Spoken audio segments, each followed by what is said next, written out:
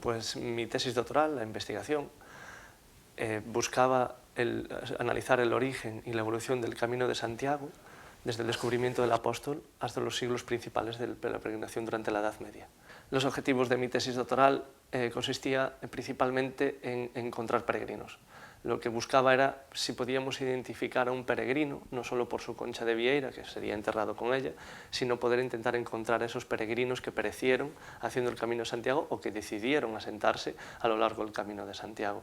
Buscábamos también generar un perfil de ellos. Eran hombres, eran mujeres, qué edad tenían alguna enfermedad, buscaban alguna especie de milagro y por eso hacían el camino, eran ricos, eran pobres. Buscamos generar principalmente eso y después ver el impacto que tuvo el Camino de Santiago, al igual que lo tiene hoy, económicamente hablando y socialmente hablando, a lo largo de todas las poblaciones que vimos que existían y se desarrollaron o aquellas que surgieron gracias al Camino de Santiago. Entonces queríamos y buscaba principalmente si esas poblaciones pues traían, como decían los textos históricos, población de fuera, los llamados francos, si eran artesanos, no eran artesanos, cómo se desarrollaban, si había mucha mujer, si había mucho hombre, si la mayoría eran foráneos de fuera de la península ibérica o era de poblaciones del entorno, que simplemente servía como articulación de esas pequeñas poblaciones para generar una nueva ciudad, si eran de otras partes de la península ibérica. Todo eso es lo que estábamos buscando. La metodología que empleé para ello consiste principalmente en dos vías. La primera sería la osteológica, digamos que cogeríamos los restos óseos de estas personas, de estos individuos, y le generaríamos un perfil biológico. Entonces, a través de sus características, sus diferencias sexuales, podríamos hacer una estimación, si era hombre, si era mujer, podríamos hacer una estimación de la edad biológica en la que fallecieron, si tenían estas famosas patologías o traumas. Una vez hecho eso, tendríamos lo que sería el individuo, pues vamos a ver lo que comían, ver si incluso a través de su vida cambiaron la dieta como sinónimo de un cambio de estatus social o de incluso migración, una persona que vivía pues, en el sur de la península ibérica y se venía para Galicia y se empezaba pues, a introducir en su dieta muchísimo pescado o marisco. Y después, sobre todo, queríamos ver el origen, si a través de estos análisis de isótopos estables que cogeríamos, podríamos ver si estas personas nacieron fuera de la población que estamos analizando en cuestión, pues Santiago de Compostela, vendría siendo el centro del Camino de Santiago, el punto final, o a lo largo del camino, que fueron distintas poblaciones, en total más de 28 yacimientos arqueológicos analizados y más de 200 individuos seleccionados para estos análisis. Los resultados que obtuvimos fue bastante sorprendentes. En primer lugar, el primer yacimiento que estudiamos fue la Catedral de Santiago de Compostela, en donde hemos podido ver la evolución del lugar desde el descubrimiento en el siglo IX de los restos del apóstol hasta el siglo XII, que es cuando se construye la catedral románica y se mueve lo que vendría siendo la necrópolis o cementerio de ese momento. Lo que encontramos para empezar es que toda la población enterrada allí es posterior al descubrimiento del apóstol. Hay unos enterramientos que son ya muy iniciales, desde el siglo IX, y la población va surgiendo a partir de ese momento. Al principio, lógicamente, la mayoría pues, son de fuera, y hemos encontrado un total, entre esos tres siglos, del 50% de los individuos analizados tenían un origen foráneo. ¿De dónde? Eso es bastante complicado. Por ahora no podemos decir exactamente. Sabemos que posiblemente una parte de ellos vendrían de lo que sería el entorno mismo de Santiago de Compostela, pequeñas poblaciones, aldeas, o incluso dentro del propio lo que era el reino de Asturias, que comprendería lo que es Asturias, Galicia, noroeste, Castilla y León actual, y posiblemente norte de Portugal. Nuestra sorpresa también fue, porque lo que contrastamos, como decía antes, era con las fuentes históricas, es que posiblemente en estos primeros momentos habría individuos que vendrían del centro y del sur peninsular, lo que sería el Andalus, el territorio dominado por los musulmanes, el Islam. Y esta gente, posiblemente pues, lo que dicen las fuentes, sacerdotes, clérigos o incluso cristianos, a lo mejor de un estatus determinado más alto que bajo, pues decidieron subir y repoblar esta población ante lo que vendría siendo el descubrimiento de las mayores reliquias de la cristiandad en ese momento, porque era el cuerpo entero del apóstol.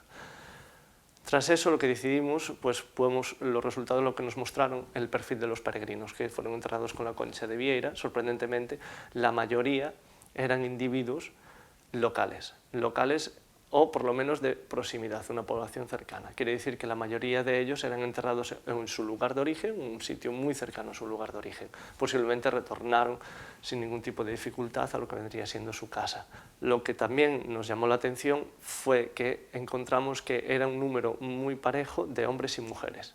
La mujer, a pesar de todas las limitaciones que podría tener en esa época, hemos descubierto que podría hacer el Camino de Santiago, pero la diferencia está en el estatus social.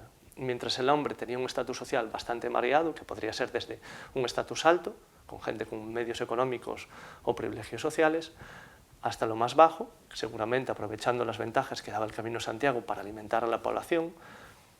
La mujer, la mayoría, tendría que ser de estatus alto, tenía que tener una serie de privilegios que seguramente es lo que le permitía poder hacer el Camino de Santiago sin barreras sociales que le inhibiese. ¿Qué ocurría con el resto de la población? Muchos de los peregrinos, al carecer de la Concha de Vieira, como hemos dicho, no pudieron ser identificados. Entonces fuimos buscando dentro de estos yacimientos, pues, por ejemplo, hospitales para peregrinos. La sorpresa es que sí, hemos encontrado que de todos estos en torno a 200 individuos medievales analizados, aproximadamente un cuarto eran potenciales inmigrantes o foráneos. El origen, la mayoría vuelve a mostrarnos que era del norte peninsular o de una zona próxima. ¿Quiere decir una zona próxima? Pues que tenga unas condiciones ambientales similares. Pues pensemos en el sur de Francia, Italia, sitios que eran muy parecidos. De todas formas, la mayoría parece sí que eran locales. Suponemos que en el futuro, introduciendo analíticas como el ADN, sabremos con mayor precisión su origen. Por ahora, lo que me atrevería a decir, aparte de que eran foráneos, es que el estatus social variaba. Muchos de estos individuos, atraídos por las oportunidades, no solo ya de Santiago de Compostela, sino de las poblaciones que surgieron en torno al Camino de Santiago, por el boom, especialmente a partir del siglo XI, vieron esta oportunidad y pudimos observar cómo muchos de ellos cambiaban su estatus social y mejoraban o cambiaban incluso su dieta producto de haber emigrado a una población diferente, si venían de la costa cara al interior o si del interior cara a la costa. Los estatus sociales se empiezan a formar. El Camino de Santiago va muy parejo a lo que es la sociedad feudal.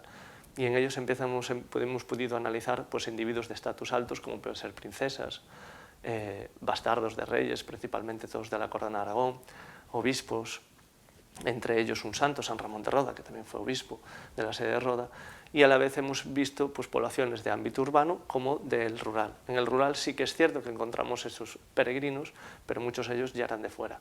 Y el estatus era muy diferenciado en comparación con las clases altas, los estatus altos, estos príncipes, los nobles o los obispos, como sobre todo con la sociedad urbana, que surge en este momento. Esta población urbana, que creemos que la mayoría de los peregrinos era principalmente de estas poblaciones. La población del ámbito rural no se podía permitir una libertad de movimiento por su estatus o por sus medios económicos, pero sí en estas ciudades que surgen muy de la mano del Camino de Santiago, surge esta nueva burguesía, estos habitantes de las ciudades, y con ellos un nuevo estatus que quiere copiar al estatus altos, pero no llega a su nivel, pero sí que come mejor gracias a la red comercial surgida, en parte otra vez gracias al Camino de Santiago, en las ciudades. Y este nuevo estatus, estas nuevas poblaciones, que son poblaciones, pues, principalmente pensemos en artesanos, pues, zapateros, canteros. Esta gente sí que disponía de los medios económicos y sociales para poder venir a Santiago de Compostela.